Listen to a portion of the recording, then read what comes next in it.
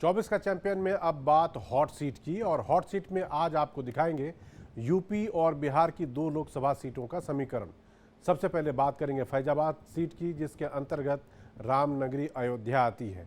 राम मंदिर बनने के बाद कितना बदला है फैजाबाद का मिजाज, क्या पीएम मोदी को मिलेगा 400 का आशीर्वाद, ये समझने की कोशिश करेंगे। और इसके बाद आपको लिए चलेंगे हाजीपुर और देखेंगे कि चिराग पासवान के पक्ष में कैसी है वहां पर लहर।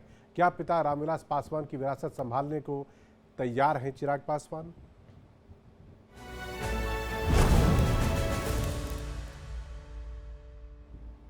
अयोध्या में राम मंदिर का मुद्दा जिसने बीजेपी को सत्ता के शिखर तक पहुंचाया। अयोध्या जिस लोकसभा सीट के अंतर्गत आती है वो है फैजाबाद। बीजेपी की अगुवाई में मंदिर आंदोलन से मंदिर निर्माण तक का सफर पूरा हो चुका है, लेकिन 2024 के चुनाव में भी राम मंदिर का मुद्दा अहम मुद्दा है। बीजेपी ने रामलला के जरिए देश में भगवा माहौल बनाने की कोशिश की है। कांग्रेस और एसपी नेताओं ने राम मंदिर से दूरी बना रखी है, जिसको लेकर बीजेपी हमलावर है।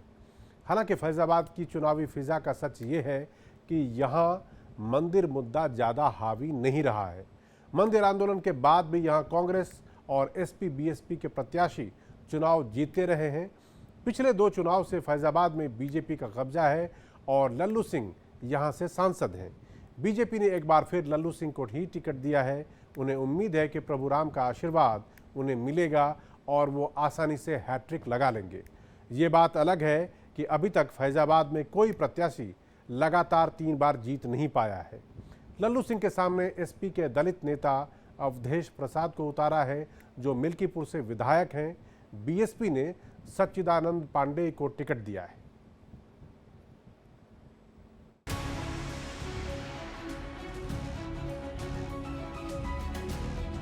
जय जय श्री राम, जय जय श्री राम, जय जय श्री राम।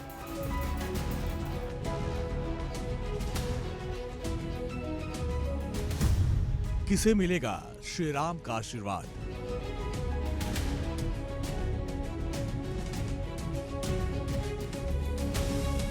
सदियों का अभूतपूर्व धैर्य, अनगिनत बलिदान, त्याग और तपस्या के बाद हमारे प्रभु राम आ गए। भगवा बयार या बदला वोटर का मिजाज?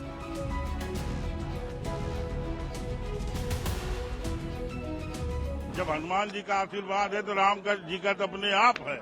जो हमारे नेता ने भरोसा किया है मुझ पर और मेरे मतदाताओं पर आदरणीय, वो भरोसा पर खरे उतरेंगे।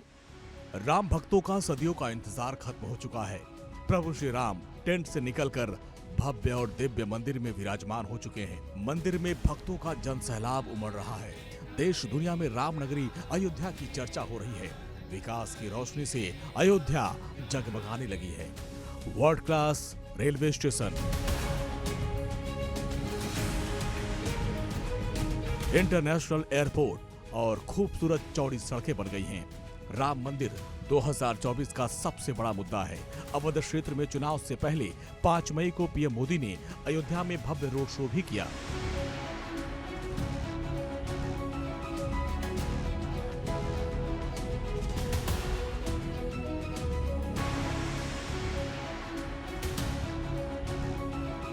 संविधान के अस्तित्व में आने के बाद भी दशकों तक प्रभु श्री राम के अस्तित्व को लेकर कानूनी लड़ाई चली। मैं आभार व्यक्त करूंगा भारत की न्यायपालिका का, जिसने न्याय की लाज रख ली। न्याय के पर्याय प्रभु राम का मंदिर भी न्यायबद्ध तरीके से ही बना। भव्य राम मंदिर और मोदी के विकास संकल्प ने अयोध्या में भगवा रंग को और गाढ़ा कर दिया। बीजेपी पूरे देश में मंदिर का मुद्दा जोर शोर से उठा रही है, लेकिन अहम सवाल यह है कि जिस फैजाबाद सीट के अंतर्गत अयोध्या आती है, क्या वहां का माहौल भगवामय है या फिर फैजाबाद की जनता के मन में कुछ और है?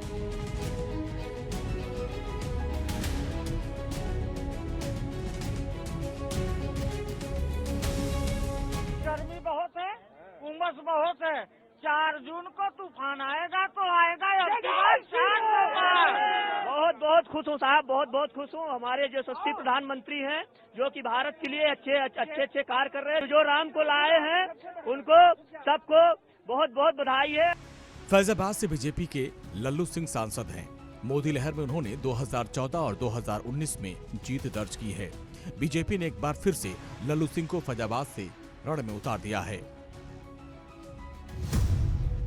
मोदी लहर और रामलला के आशीर्वाद से लल्लू सिंह हैट्रिक का सपना देख रहे हैं। लेकिन दिलचस्प बात यह है कि फैजाबाद में आज तक कोई भी प्रत्याशी हैट्रिक नहीं लगा पाया है।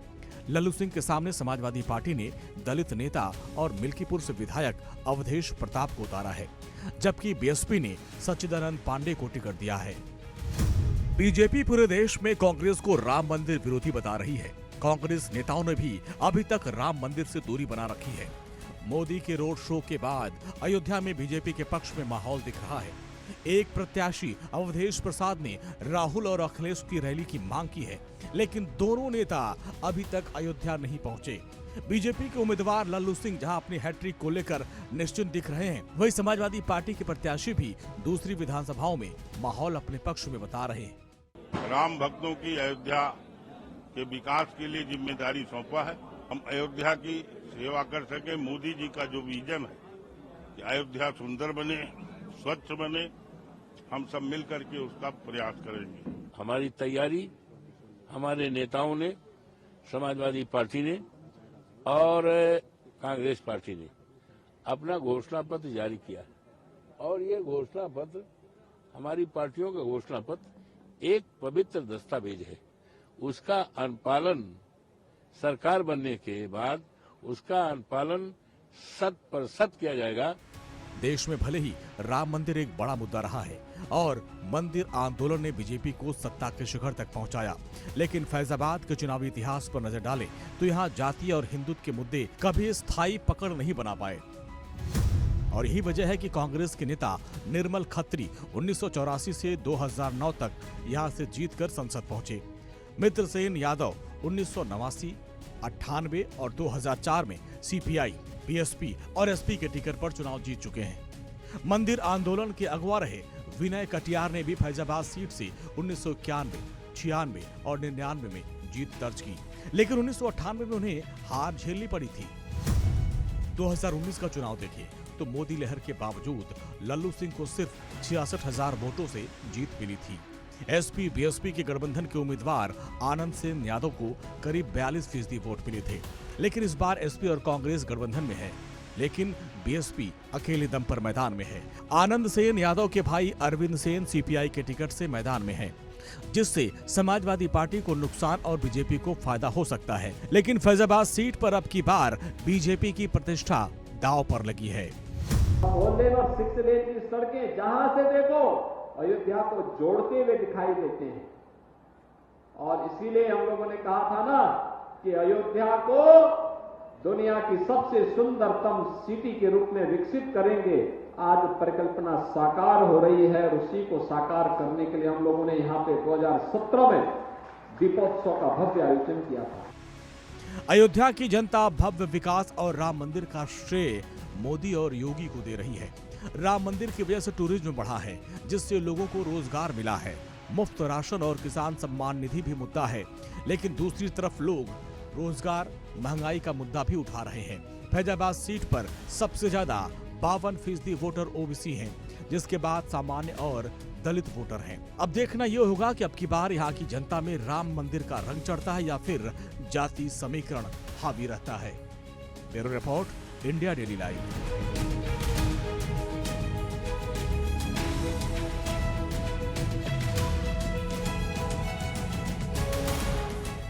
अब बात करते हैं हाजीपुर की।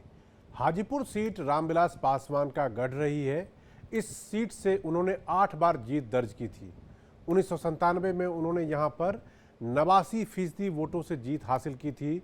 90 में बस एक कम, और Guinness book of world record में उनका नाम भी दर्ज हो गया था। लेकिन रामविलास पासवान के निधन के बाद एलजेपी में विरासत की जंग शुरू हुई। हाजीपुर सीट को लेकर चिराग पासवान और उनके चाचा पशुपति पारस आमने सामने आ गए।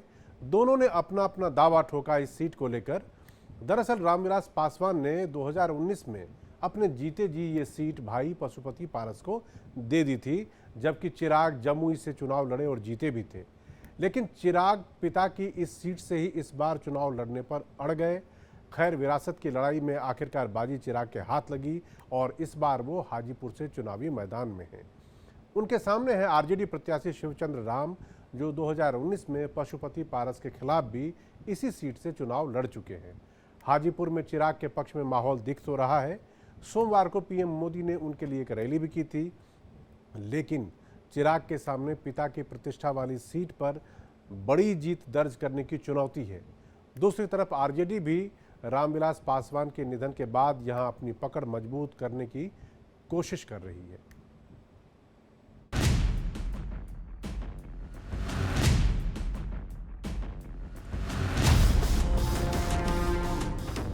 आप जब चिराग को वोट देंगे ना,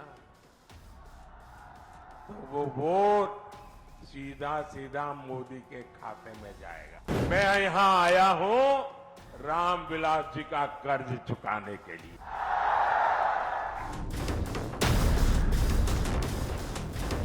हाजीपुर की ये धरती हमेशा मेरे नेता, मेरे पिता आदरणीय रामविलास पासवान जी के नाम से जानी जाती थी।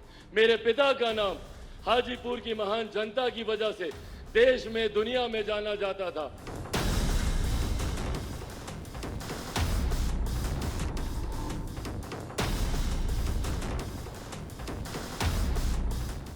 रामविलास पासवान की कर्मस्थली रही हाजीपुर सीट पर अब की बार विरासत और वर्चस्व की जंग है। दुनिया की 5वीं सबसे बड़ी अर्थव्यवस्था में भारत को लाकर खड़ा किया, ये हम सब के लिए गर्व की बात है। 4 दशक तक हाजीपुर की राजनीति रामविलास के इर्द गिर्द घूमती रही। उन्होंने इस सीट से 8 बार जीत हासिल की।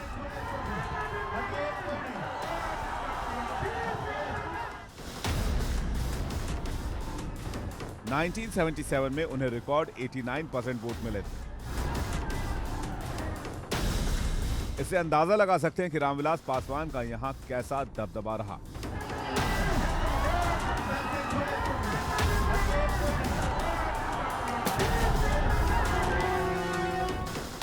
ऐसे में चिराग के सामने पिता की विरासत को बचाने के साथ साथ खुद को बिहार की राजनीति में खड़ा करने की भी चुनौती है।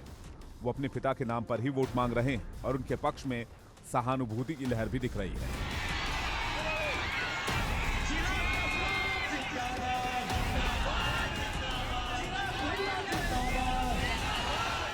क्या ये संकेतों की भाषा है जो आप जनता को बताना चाहती, इसीलिए आप हाजीपुर सीट के लिए और हाजीपुर पे अडिग हो गए कि नहीं मैं हाजीपुर से ही लड़ूंगा, क्योंकि हाजीपुर मतलब रामविलास पासवान होता है। जिस प्रखरता से पापा हाजीपुर का नाम भारत की संसद में लिया करते थे, हाजीपुर का नाम देश विदेश में गूंजा। हाजीपुर मतलब रामविलास पासवान, ऐसा सिनोनिम हो गया। बिल्कुल।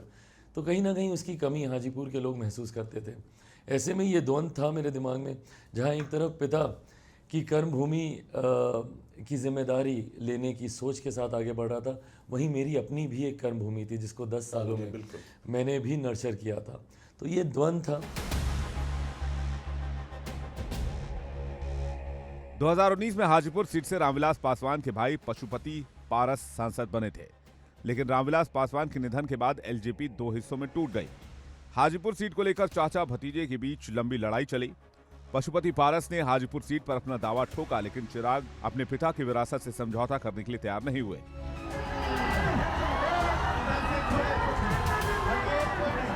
आखिर में एनडीए में चिराग को तवज्जो मिली और सीट बंटवारे में उन्हें हाजीपुर समेत 5 सीटें मिली, जबकि पशुपति पारस को खाली हाथ संतोष करना पड़ा। हमारी किसी से कोई बातचीत नहीं हुई है, लेकिन हम हाजीपुर से चुनाव लड़ेंगे।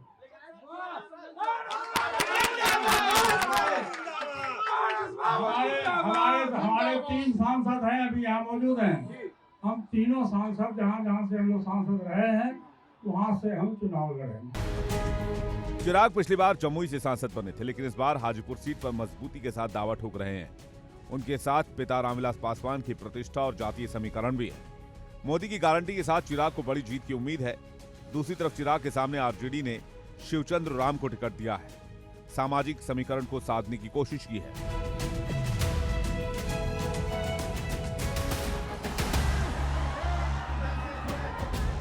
हाजीपुर का चुनाव चिराग पासवान का सियासी भविष्य भी तय करेगा। पिता रामविलास के बिना ये उनका पहला चुनाव है। वो पार्टी और संगठन भी संभाल रहे हैं। चुनाव में उन्हें विपक्षी चक्रव्यूह से ज्यादा अपनों के विश्वासघात का डर है, क्योंकि पशुपति पारस का गुट नाराज है। दूसरी तरफ रामविलास पासवान के निधन के बाद आरजेडी और कांग्रेस भी सक्रिय है। दलित वोट बैंक में सेंध लगाने के लिए विपक्ष एलजेपी में टूट का फायदा उठाने में जुटा है। हाजीपुर की महान जनता आप लोगों की वजह से ही आज चिराग पासवान का अस्तित्व है। आप लोगों की वजह से ही आज चिराग पासवान आप लोगों के बीच मौजूद हो पाया। कई बड़ी बड़ी शक्तियों ने चिराग पासवान को समाप्त करने का प्रयास किया, पर मेरे प्रधानमंत्री जी का प्यार, उनका संरक्षण रहा कि मेरे पिता के जाने के बाद भी उन्होंने हमेशा मुझे वो स्नेह, वो प्यार देने का काम किया। उनके घर में चाचा भतीजे में लड़ाई लगवाई, फिर भी जो है चिराग पासवान जी मोदी जी के हनुमान बने हुए हैं। कोई भी खुदगर्ज आदमी अगर होता तो मोदी जी के साथ नहीं रहता, लेकिन पता नहीं चिराग पासवान जी की अपनी सोच है, स्वतंत्र है किसी के साथ भी रहने के लिए।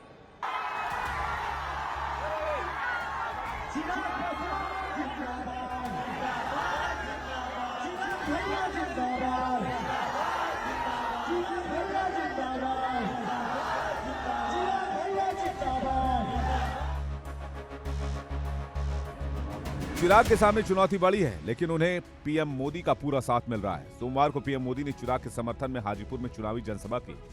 उन्होंने रामविलास पासवान को याद किया और उन्हें सामाजिक न्याय का सच्चा साधक बताया। पीएम ने कहा कि रामविलास जी की आत्मा को शांति तभी मिलेगी जब हाजीपुर सीट पर चिराग को उनसे ज्यादा वोट मिले। पीएम ने चिराग पासवान की भी जमकर तारीफ की और कहा कि उनके अंदर जरा सा भी गुरूर नहीं है कि वो रामविलास पासवान के बेटे हैं।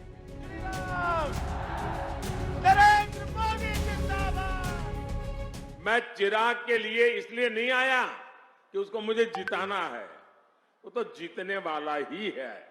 मैं यहां आया हूं रामविलास जी का कर्ज चुकाने के लिए। मेरे अनन्य साथी रहे रामविलास जी, और इसलिए मैं सामने से यहां आया हूं। मुझे मालूम है यहां का परिणाम आप लोगों ने तय कर लिया है।